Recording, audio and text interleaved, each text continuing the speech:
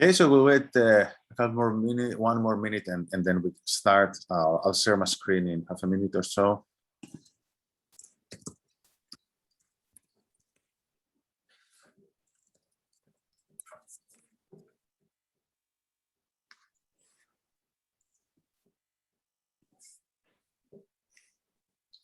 Okay, so give me a second to share my screen. And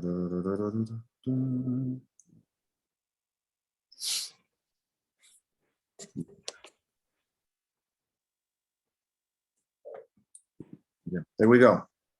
Okay, so here we are. Let me enter presentation mode, and I guess we can start. So thanks everyone for joining us this evening on this event. We're gonna talk this evening about AI and blockchain for green finance and the circular economy. A few words about who we are. We are the Tesseract Academy. Our mission is to help leaders and organizations understand and implement emerging tech, especially data science, AI, and blockchain.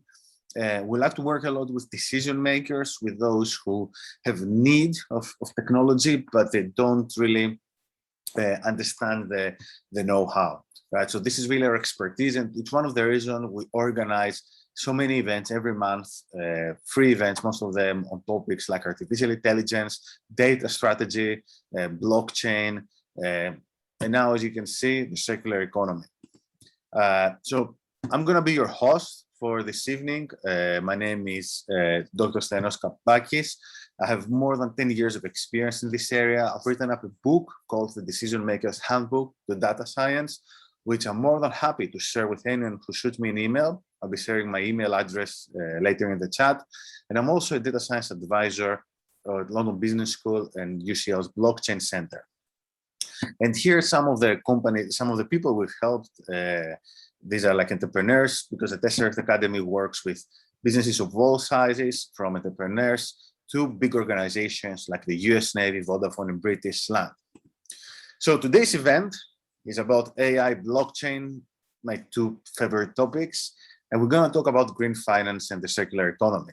So we have the luck to have Jerry with us this evening, who is an accomplished author, speaker, consultant on finance, financial technology, and many other topics. So most of his work is in AI and blockchain. And he's also a contributing author in the Wealth Tech book, the Pay Tech book, and the Legal Tech book.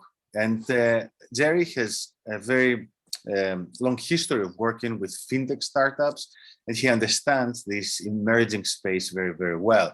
So he's going to share some thoughts about how AI and blockchain are going to be used in the near future in the topic of green finance and circular economy. And I think that's going to be a very interesting presentation. Those of you who have a technical background will not find any technical information in this presentation, but you're going to get some ideas of how to position yourself in the future that's coming. Those of you who are business leaders will find this very interesting, because you'll get ideas as to where really the business world is heading, plus some pretty exciting applications of AI and data science. So without further ado, I'll give the stage to Jerry, and give me a second to also share my the presentation deck. A second. Okay, here we go. And view full screen mode. Okay, Jerry, the stage is yours, and I'm going to mute myself now.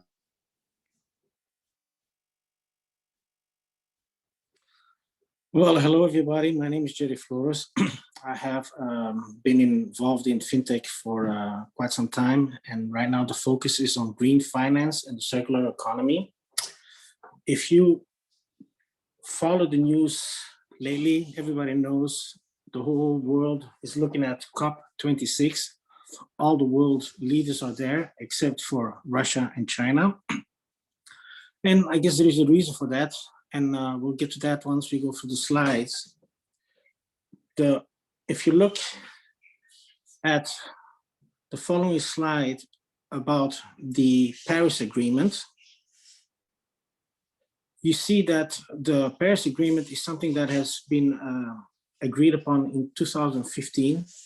And the whole purpose of the Paris Agreement was that we would reach net carbon somewhere mid of this century, so 2050. Now we see lately that natural disasters have taken on a lot. It has increased, and we see that the urgency has grown even more acute. So now we're not talking anymore about 2050. We're not even talking about 2040. We're talking about 2030.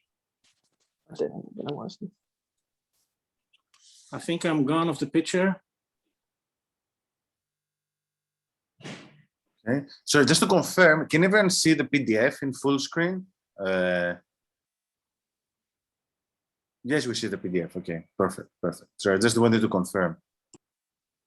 Okay, I'll move on to the next slide. Thank you. Stylianos, I cannot see myself. Maybe you can put the screen up there. No, I think you can see yourself because you're on iPad. So that's like a setting that you can change, not me. Okay. Yeah, but it's fine because everyone can see the presentation, so don't worry. All right, let's move to the next screen then.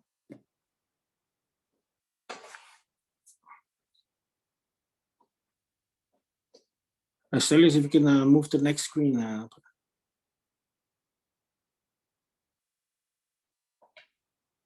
Stylianos, can you hear me? Yeah, sorry, which one specifically? You want to? The next one. Yeah. No, we're still on the first screen. Sorry, I think there's a problem with, maybe there's a problem with sharing. Sorry guys, apologies for this. Let me try to exit the PDF full screen mode. Blah, blah, blah. Okay, can everyone see this, the screen? The slide? Okay, yeah, okay, a little bit further back. More back, that's it, okay, that's it. Okay, no, all right. Well, maybe we can go one screen back. Okay. Yeah. Okay. So you see now that there's been a lot of talk ever since Paris Agreement. A lot of countries, governments, leaders, political leaders, they talk about climate change and all the targets and goals that they're going to do, but nothing is really taking place. So if you go to the next screen, you see the state of the Paris Agreement. It seems like the whole world has signed it and ratified it, and everybody's ready to go, but we couldn't be further from the truth, because from all the countries that you see there, especially the United States, Russia and China, India, Australia, they're still heavy polluters and they are producing the most waste, and they're doing the least to change things around, especially in the oil industries and also in other industries that are affecting climate change. So if you look at the Paris Agreement, you see that there is a lot of intention, but nothing is really moving forward. And the purpose of green finance is that we as individuals can become activists and perhaps convince companies and governments to move faster and further when it comes to eco and sustainability.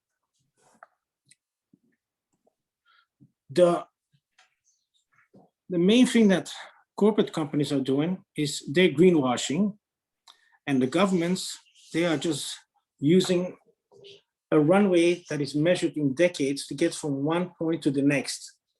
Most countries now have moved forward from 2050 to become net carbon zero. They are now trying to make it for 2030. China is also trying, but they have set a date of 2060, and India has set a date of 2070. Now, if you can imagine that we're going to be another 50 years away from actually seeing change in India, which is one of the biggest polluters in the world, is actually a scary is a scary factor. The corporates that are now engaging in greenwashing, they're spending more money on marketing and greenwashing than actually doing something about the way they operate. And so what is important is that we all contribute our part to make it go faster than what has been planned. If you look at the map in here, you see the countries that are planning to go net zero. And you see that China and some other countries are for 2060, but most of the world is at the 2050. And as you can see, there is not a single country that has yet achieved carbon neutrality. And the earliest that you see right here is 2035. So even the date of 2030 is optimistic. So with green finance, we are trying to change this by investing and funding companies that will make a difference on the sustainability level. We also at the same time are looking at the circular economy. For those that are not in the know, a circular economy is an evolution of the way the world produces and consumes both goods and services, where waste is eliminated and resources are recycled. The important part of the circular economy is that from production to consumption, there is some kind of traction to know what happens to that is being produced and how it's consumed. If we don't do now the necessary, apart from the climate change, natural disasters, and all the other effects on nature, we will also see a great displacement of people moving from continents and countries to safer continents, to more prosperity, to more better living standards. And this will have another impact on the whole social and sustainability efforts of all the countries that are involved right now. The way to address sustainability and a green finance and to improve on the eco-friendliness of countries and companies is to focus on artificial intelligence, blockchain, and data science to verify sustainability. Right now, a lot of companies, they have nice PR and marketing. They talk a lot about what they want to do, what they are going to do, but nothing really seems to happen. And it's important for those that keep themselves busy with sustainability goals to keep them accountable for what they are saying and what they want to do. You also see that the impact of the world climate change will affect drought across the world. And many countries are in a very dangerous situation of drought. What we are looking now is to see how, for example, companies can improve their sustainability targets. And I will take the most important aspect that has changed ever since we went into lockdown is that a lot of companies moved from selling retail and products at physical stores. They went into delivery and e-commerce and also food delivery. All these delivery and e-commerce channels were good during the lockdown, but people have gotten used to it and they tend to keep on using them. The biggest problem with delivery and e-commerce is the last mile, to actually get the product to the customer and deliver it to their doorstep. So to improve on that, companies like Amazon, they use automation and robotics at their warehouses, and eventually they will use robotics to actually deliver to the doorstep goods. They use all this infrastructure, vehicles, cars, mopeds, bikes, to be able to deliver the products to the customer at their doorstep. The problem with that is twofold. For one, most of these companies still use ordinary diesel trucks, and the last mile involves going to the customer, and basically it's when you deliver the product to the doorstep of the customer, the recycling part of the packaging of the goods has been transferred from the delivery company to the consumer. Now, in most places, consumers will be conscious and they will recycle their products or their packaging, put it in the appropriate trash and have it recycled. But there is no guarantee. And that is one of the aspects that is very big right now, because delivery of products as well as food has a big impact on pollution and waste. Especially the food delivery companies, they produce food and package it in plastics and styrofoam. And these are products that are not recyclable. And that contributes to the wastage that is going on. And ever since we have eased out of lockdown, the trend of e-commerce has been expanding tremendously. And instead of switching to clean energy, most companies still use traditional trucks and mopeds that are gasoline burning to deliver the products to the customer. So the whole point of climate change and sustainability is to reduce waste and to increase recycling. Now, everybody probably has heard of COP26. For ones that don't know what it stands for, COP means the Cooperation of Parties, and the 26 means the 26th edition of COP. That means that we had 25 editions before this one, and that means we had a lot of talk, because since the first one till now, we have had a lot of commitments, we had a lot of pledges, but we're still not looking at a single country that has fulfilled their net zero carbon targets. So I will take now an example. If you look at the biggest contributors to tropical deforestation, you'll see that China is up there as one of the biggest ones. You also see the European Union, India, USA, and Japan. But of course, everybody knows about Brazil and the Amazon forest.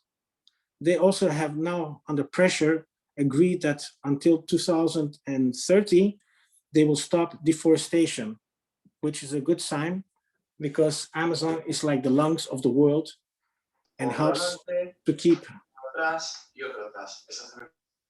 Okay. So ever since the pandemic and lockdowns, only 2% of all global governments build back better. So nobody has improved on the time.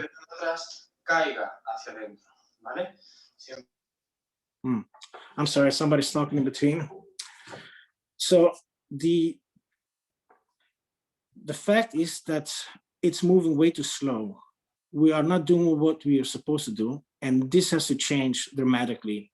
And we all have to contribute our part to this change in the sustainability program of the world. You see that because of climate change, the climate disasters has pretty much tripled, from heat waves to droughts to crop failures to river floods and wildfires. The heat waves is one of the biggest problems, because human beings cannot live in temperatures of above and around 50 degrees Celsius. And that will be something that needs to be addressed as soon as possible. We have to do something about climate change and prevent it from getting even worse than it is now. The biggest polluters, apart from the oil-producing countries to deforestation, I would say are e-commerce, food delivery, and retail. Especially e-commerce. If you look at a company like Amazon, Amazon has expanded significantly since we went into lockdown, because people couldn't go out and they would go and shop online. And as you see that companies like Amazon, they produce the biggest waste, but at the same time, their sustainability targets and net carbon targets are far away. They have made a commitment for 2040. In the meanwhile, big countries like Australia and Indonesia, they keep exporting coal, which is one of the biggest contributors to pollution and climate change. And Australia just said now on COP26 that they're not planning to change anything soon, because they say if we don't sell the coal, somebody else will sell the coal. So everybody's talking about decarbonizing and zero carbon. The fact is that it's just talk right now. We haven't seen much action. For example, we could move to more electrical vehicles. We could move to hydrogen, but you see that it's only in a few countries like Norway, where there's a national electric grid where you can charge a car. Most countries are catching up, but like places like the United States, it's still a challenge because it's very vast and big, and there's not a very big, reliable network of charging stations. So before we can talk about decarbonizing and zero carbon and putting more electrical vehicles on the road and hydrogen-powered vehicles, we need to make sure that the infrastructure is there. So the US has approved now an infrastructure that will be in the trillions to improve the entire infrastructure of the United States of America. And at the same time, you see other countries like the European Union and the UK doing the same on their part. Now, in the meanwhile, the trend is carbon offset purchases, which basically means that you're just shifting the liability of recycling to the next one.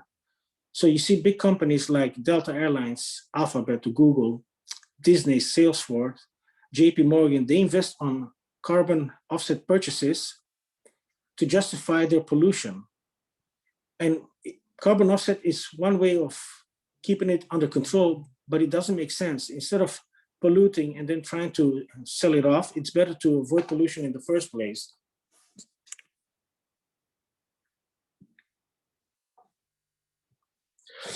So instead of carbon credits, we should look at recycling. Recycling starts not only from the producer of the goods, but also each and every one of us. Collectively, we all got to do our part to make sure that recycling becomes effective. Recycling doesn't only mean getting rid of your glass bottles and paper. Recycling means avoiding waste in the first place, not over a consumption, not taking things and just dumping them away when it's not needed. A lot of things can be sold and reused. And it's important that the mindset is changed so that people don't think of recycling as something that people do part-time. Recycling should be on everybody's mind, in everybody's house. If you look at, for example, the worst plastic polluters, you see Coca-Cola and PepsiCo and Nestle up there on the top.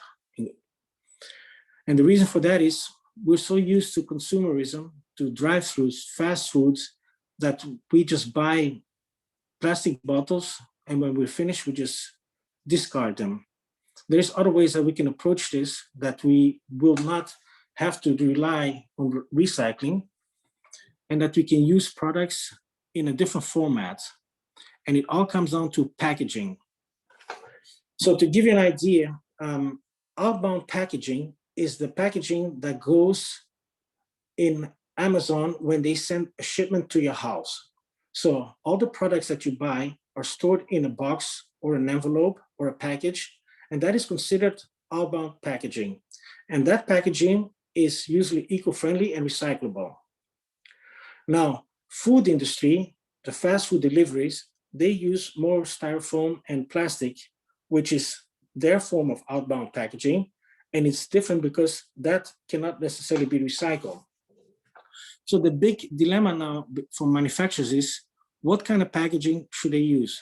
So basically you have the display packaging, which is your box of cereal or shampoo or dishwashing liquid in a plastic bottle, which gets packed in a carton box, which gets packed on a crate or in another bigger box. So at the end, you're looking at 3 different packaging before your product makes it to the store shelves or to your front door. Now, outbound packaging can reduce the use of plastic because mostly of that is then used carton. And the carton is either recycled carton or it is used, or carton is used to reduce the weight and the amount of packaging that is involved in the delivery of goods. As you see now, China has 4 times more parcels shipped than the United States. And the United States is a huge market. And China itself, they are, apart from the biggest polluters and the biggest consumers of coal in coal burning power plants, they also have a lot of packages that they receive, and that gets discarded and creates unnecessary waste. So big companies like Amazon, they are trying now to reduce packaging as much as possible, and they try to reach net zero targets by 2040. Now, they just published a report, a 138-page report, and I was looking to read about the packaging and how they are going to deal with it. So Amazon is pretty good at their warehouses, distribution centers, the cars. They're going to buy 100,000 electrical vehicles. So they're doing everything what they can in their hands to improve on their zero carbon targets. The problem is when they deliver their outbound packaging, the boxes straight to the customer's doorstep, from that moment on, the recycling duty is shifted from Amazon to the customer. So what could Amazon do to change this around?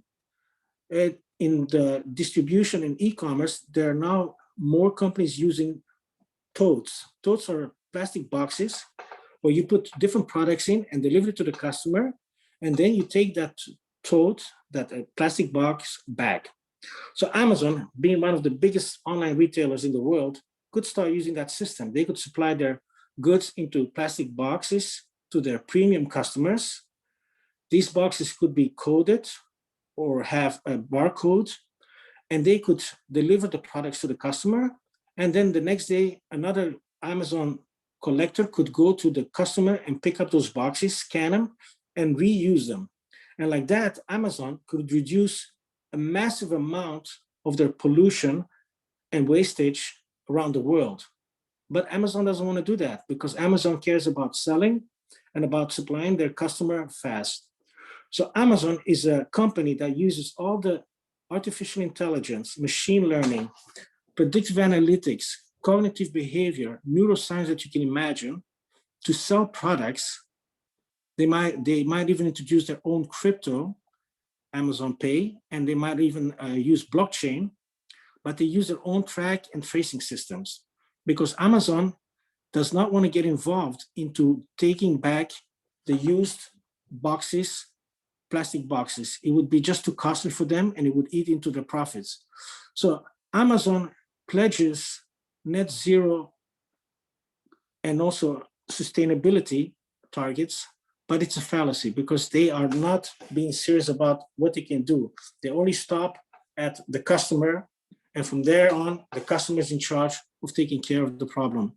And in the meanwhile, Amazon has grown to be one of the biggest companies. It's a $2 trillion company in market valuation, and it has sales of over 400 billion.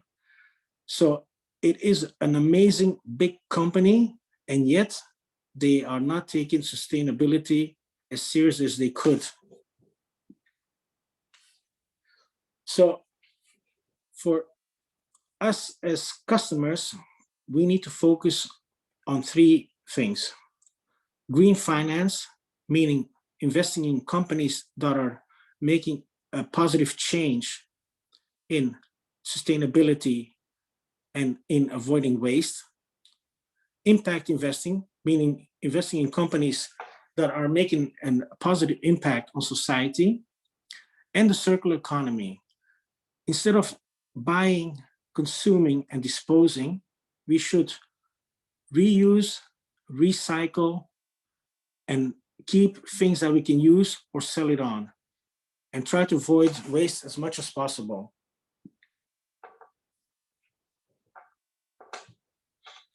The biggest threat to our planet is the belief that someone else will save it. And that's unfortunately the mindset of everybody at COP26 right now. Everybody thinks that it's somebody else's duty, somebody else will take care of it. We're only trying to stay below 1.5 degrees Celsius. What is 1.5 and what's the difference between 2 degrees Celsius? It makes all the difference in the world. The key thing is Instead of looking to governments and companies, we should start with ourselves. Try to recycle and try to be conscious about the world we live in and how we consume products and services. So that was my presentation. If you have any questions, please ask. Thank you, Eleftheri. I think this was very insightful. And now I think we're going to go to stage B in the remaining time. I wanted us in the remaining time to do two things. First of all, to hear any comments from our audience. And then what I'd like to do is I'd like to, in this one slide, quickly present what I personally believe are the opportunities for this space. And obviously, it would be good to hear what everyone thinks, including you, Jerry, and our audience. I know that some people are also working on some ideas in this space. So to sum up, I think that in the future, we're probably going to see these following trends around AI and blockchain and green finance and the circular economy. I think AI in general and data science, machine learning, they used to improve efficiency. And I think there is a huge opportunities for companies that want to actually be green, to start using machine learning and AI in order to improve not only their efficiency, not only their margins, but also to improve the carbon footprint, right? So, for example, optimizing supply chains, logistics, packaging. These are challenges where data science can really help with, right? It can have a huge impact upon those problems. But obviously, the key variable which is being optimized when companies deploy AI solutions in those areas is always profit, right? How can we package more things? How can we make things move faster, etc.? So what if in the near future there's a regulation that says that companies that have this capability, they have the capability to track their supply chains, they have the capability to use AI to improve their supply chains, what if they also have to use it in order to become greener? This is definitely a technological possibility. I do believe that on one hand, we'll see more companies moving in this direction because it's better for the brand image. On the other hand, we might even see some regulation, not now, but maybe in 10 or 15 years. Then there's also this whole aspect of optimizing a carbon footprint within this carbon sharing ecosystem. So this is where AI might potentially be helpful. And moving on to blockchain, I personally believe that one of the biggest use cases of blockchain is that instead of organizations just saying, oh, we've done X, Y, Z for the environment, but the blockchain makes everything more auditable and more trackable, right? Which means that because you're recording everything, you can prove everything. And once one or two corporations adopt this approach, that is, they actually record their carbon footprint on a blockchain, and this is public information, anyone can see it, anyone can audit it, all other organizations will have to follow, right? If they want to present to and preserve the same brand image, friendly for the environment. And I also think that there are some applications of blockchain also in the carbon credit system, and also in the tracking of supply chains. So IBM, I think, is probably the biggest company involved in this combination of blockchain, AI, and the Internet of Things for supply chains. They're investing heavily in this direction, and there are quite a few successful case studies of the application of blockchain in supply chains, including Maersk, including Walmart, for example.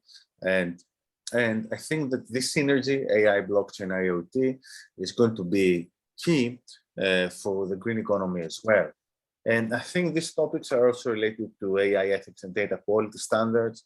I actually had a chance to participate in the ISO 8000 committee a couple of weeks ago for data standards. And it seems that there are 2 or 3 competing standards for data now.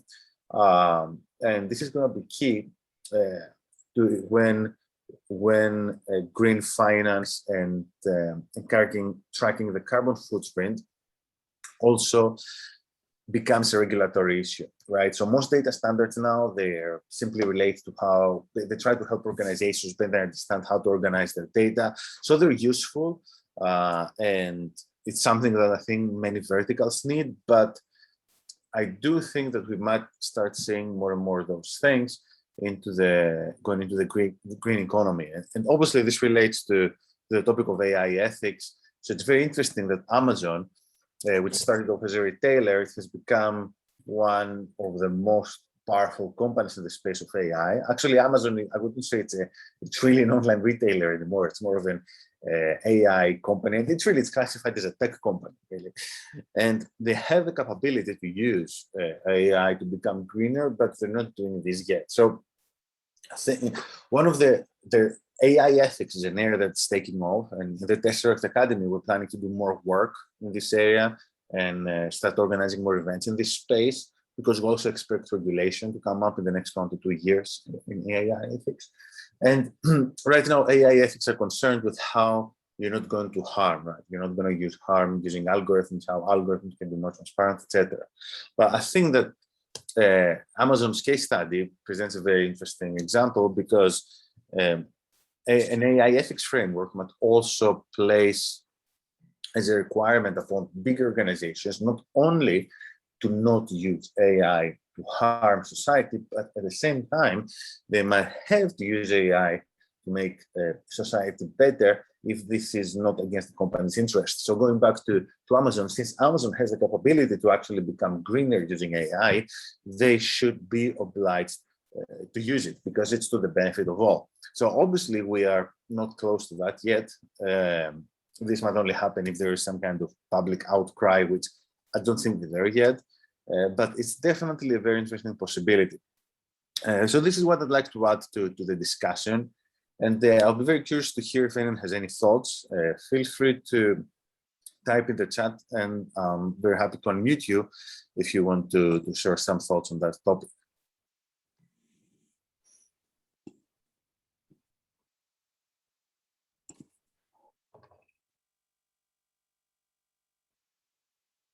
Okay, so we have no questions. Maybe it's a bit late, which I understand. I'm a bit tired myself.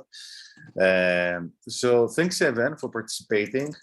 Again, if anyone wants to receive a copy of the Decision Makers Handbook to Data Science, feel free to send me an email. It's a very good introductory book for leaders who want to work with data and AI, but they have no intention of acquiring technical skills. We also organize many other events. Make sure to follow our page and follow also our Eventbrite. There's another one coming up in December around Agile for startups. We will also be sharing this presentation and a recording of that session to all of the people who participated today. And obviously, if you have any questions, any suggestions around topics which you'd like us to cover in some of our events for 2022, just let us know, right? Because we're doing this for our community. And let's not forget also the Data Science London meetup, which is coming in 2022, and it has over 1,000 members. Next one is going to be held online. Hopefully, we'll be holding a hybrid event in 2022, online and in person. So thanks, everyone, and thank you, Jerry, and have a great evening. Thank you. Bye-bye, everybody.